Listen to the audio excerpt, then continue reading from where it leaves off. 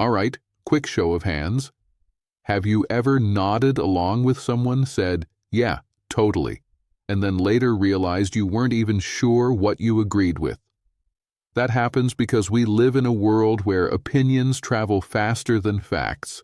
Confidence sounds like competence, and a clean sentence with a strong tone can trick your brain into calling it true. So here's what I'm giving you today: a simple framework inspired by Socratic thinking. 7 questions Socrates would ask before he agrees with you.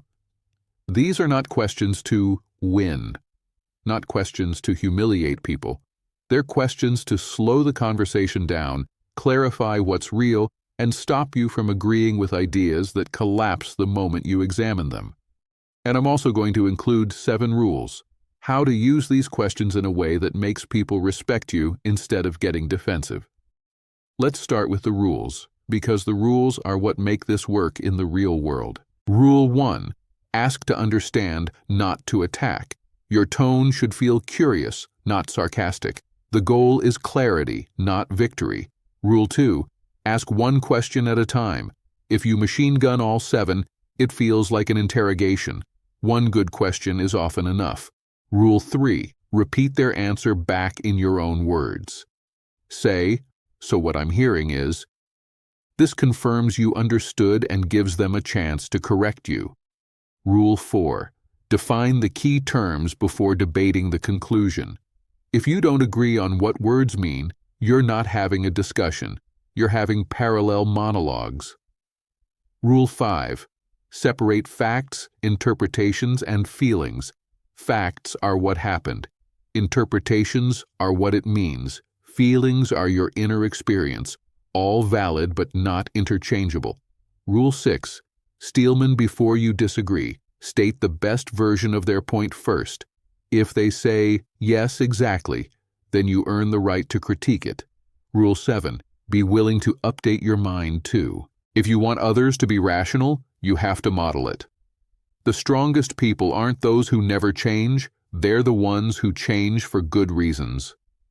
Now, with those rules in mind, here are Socrates' 7 questions before agreeing. Question 1.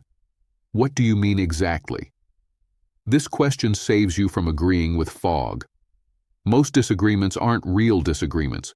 They're two people using the same word to mean different things. Someone says, "We need a better strategy." Better how? Better for who? Better measured by what? Someone says, "That product is expensive." Expensive compared to what?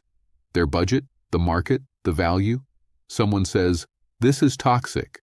Toxic meaning unhealthy, manipulative, disrespectful, or simply annoying. So you gently pull the idea out of the clouds and put it on the table. Try phrases like, "When you say that, what specifically do you mean? Can you define that in one sentence? Can you give me an example so I know we're picturing the same thing?" Clarity doesn't weaken good ideas, it strengthens them, and it reveals weak ideas fast. Question 2. How do you know this is true? This is where we move from definition to certainty. People often confuse feeling with knowing. They'll say, "Customers don't care about that feature," or "This always happens," or "Nobody wants that." So you ask, how do you know? Not, why do you think that? Because why can turn into opinions. How do you know forces the brain to look for a source. Try, what are you basing that on? Is that data or personal experience? Did you measure it or is it your impression? There's a big difference between I know and I strongly suspect. Both can be useful, but they are not the same. Question 3. What evidence supports it? This is where you separate a claim from a commercial.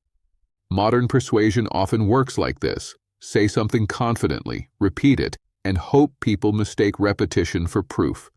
So ask, what evidence supports it? Evidence can be numbers, examples, observations, experiments, reliable sources, or comparisons. A vibe is not evidence. If someone says, this ad will definitely work, ask what evidence, previous tests, benchmarks, case studies. If someone says, this employee is lazy, ask what evidence, missed deadlines, poor quality, repeated issues. If someone says, this investment is safe, ask what evidence, risk profile, volatility, downside scenarios. Try, what's the strongest proof you have? What would you point to if someone challenged this? What would convince a skeptical person? The point is simple. Confidence should be earned. Question 4. What assumptions are we making? This question is sneaky and extremely powerful. Many arguments look solid until you notice the invisible assumptions holding them up. Someone says, if we lower the price, we'll sell more. Assumptions might be, demand is price sensitive, perceived value won't drop, competitors won't respond, margins can handle it, operations can scale. Someone says, if I work harder, I'll get promoted.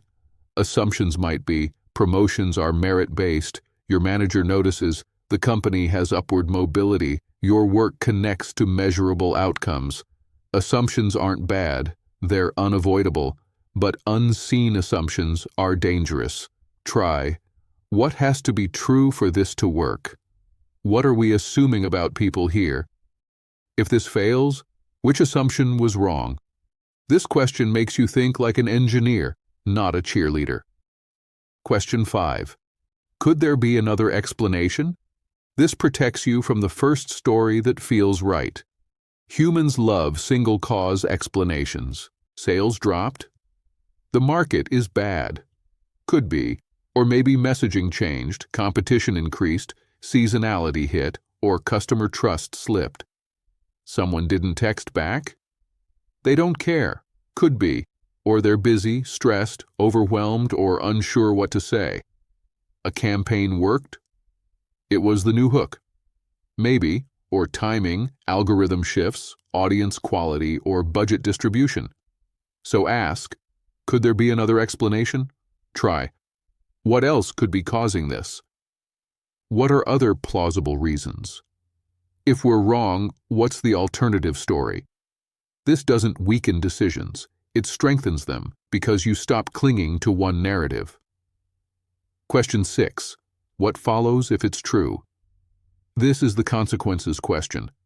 Some statements can be true but useless. Other statements, if true, have major implications. If the claim is, customers buy because of convenience, then what follows? We should reduce friction, speed up onboarding, streamline steps, remove obstacles. If the claim is, this relationship dynamic is unhealthy, then what follows? Boundaries, real conversations, outside help, or possibly ending the pattern.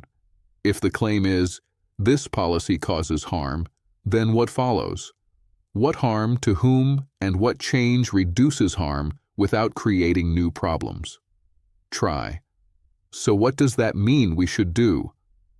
What changes if we accept this as true? What decision does that lead to? If nothing follows, it might not be a meaningful claim. Question 7. What would change your mind? This is the ultimate test of intellectual honesty. If someone says, nothing would change my mind, then you're not talking to a thinker, you're talking to a believer. Belief isn't always bad, but belief shouldn't pretend to be reasoning. So ask gently, what would change your mind? Try. What evidence would make you reconsider? What would you need to see to update this view? Is there a scenario where you'd say, I was wrong? If someone answers with something real, like, if we tested it and it failed twice, or if you showed me data from this source, then you're talking to a reasonable person. And here's the part most people miss. You should be able to answer that question too, because if you want others to be rational, you have to model it. Now, let's put all 7 questions together in a quick real-life example. Someone says, this new strategy will definitely grow our sales. You respond, okay, when you say strategy, what do you mean exactly? And how do you know it's true that this will grow sales? What evidence supports that? Past tests, benchmarks, examples? What assumptions are we making about the customer or the market? Could there be another explanation for why sales might change? If it's true, what follows? What do we need to do first? And what would change your mind? What result would tell us this strategy is wrong? Notice what happened. You didn't insult anyone. You didn't start a debate. You built a thinking staircase that turns a confident claim into a clear, testable plan. That's what Socratic questioning does. It makes truth harder to fake. So here's your challenge. The next time you feel yourself about to agree with something, especially something said with total confidence, pause and use just one of these questions. Start with the easiest one. What do you mean exactly? Ask it once a day. Watch what happens. Because agreement isn't the goal. Understanding is. And one final reminder. Don't agree with conclusions you didn't walk to.